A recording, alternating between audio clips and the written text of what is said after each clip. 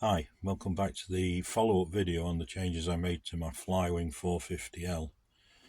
You may remember that I'd made some changes to help prevent the belt slipping off when I inverted the heli, because that actually happened while I was flying, and the belt fell off and the heli crashed. And since then I made the changes, but I've not been able to fly the heli because it had some horrendous vibration. Not having anyone in the club that I can turn to, it's been Google searches, a lot of help from some kind people from my video contacted me, and we've managed to go through a number of things, which is what this video is about, what I've done to ensure that the heli will be able to fly. When the belt came off inverted, it basically landed on the head of the heli. I can't say square on, so it's quite possible that the feathering bar, the feathering shaft, is damaged. The links weren't damaged here, so I'm not replacing them, but I have been waiting, hence this delay in this video, been waiting for the delivery of some parts. I've got my feathering shaft there. There's a main shaft there, just in case. I've bought some belts because I feel that when the heli hit the ground, I'll have stripped some teeth on the belt, so I've got a new belt. And again, I ordered some tail rotors just in case. The tail rotor looks okay, but I bought some blades just in case, because I feel it's a part that I'll break eventually. So right, okay, so again, apologies for the delay in this, but let's get down to it. The next part of the video will be all the calibration I did, because they recommend, Flywing recommend, that you recalibrate everything, and so that next part of the video is that. And again, thank you for those who contacted me and helped me, because also you informed me of it's better to recalibrate the GPS and the H1 controller. What I have found is a lot of advice is the same, whether it's for the Flywing heli or the T-Rex at the end of or any other model for that matter. All helis are the same, that's what I'm trying to say. And although I've got the true Flywing components, what I am finding is that I think that other 450 heli parts will do. So, but anyway, not to digress on that at the moment. I'm trying to stick, well, I can get the spares from Flywing, I will do.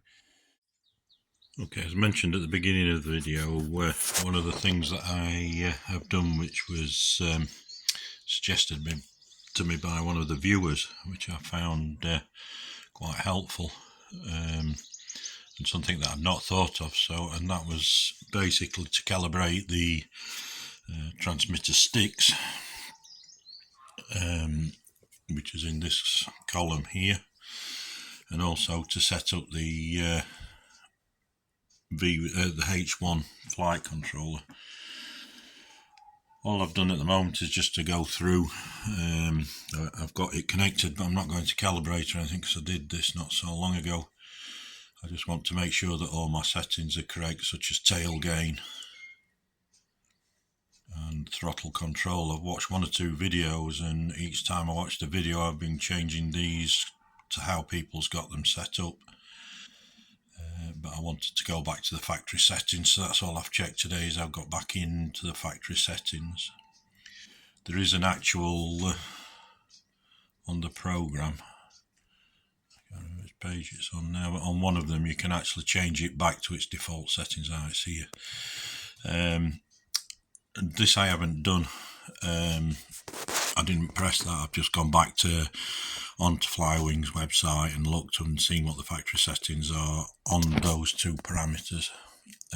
Just as I said earlier, one of the problems I've faced is the helicopter's vibrating a lot under power. So I've just wanted to make sure all these were checked as it is back to factory settings and that they were calibrated right, that's not causing the vibration. So that's in that program anyway. You can do different things. You can redo servo arms, etc. So it's all quite a good program to go in, really, just to make sure that the heli is set up as per factory settings. So okay, I think hopefully that one's covered. I did the GPS, what do they call it, magnet. Get this out, put my teeth back in. Magnetometer calibration. But basically that's the GPS dance. I've done that also. Doesn't have to be outdoors, which a lot of people say. It can be indoors. And basically, as you're moving the heli around in different positions, doing the so-called GPS dance, here you are setting the H1 controller and your GPS settings, and these bars here, they go across orange as you're going through it, and then you get the calibration set. But as I say, it doesn't have to be outside and connected to GPS, as it's all it is doing the magnets inside, or the gyroscopes inside the controllers. So, okay, just a quick footnote here. While I was just doing the last video, I realised while we were talking that these swash trims are basically the 3 servos that you have. And I noticed that the position of the right servo was not at 1500 where they need to be. As shown now, I've just reconnected it or recalibrated it to 1500, so that could be part of the reason my trim was out, is that the swash plate wasn't level. So hopefully that will have made a difference also. So I have just changed that. It's quite easy, just click on start the position. You can move these about. So you are altering the sim. As I say, that was down at 1425. So I'll just calibrate it back to 1500. And maybe that will make a difference on the vibration.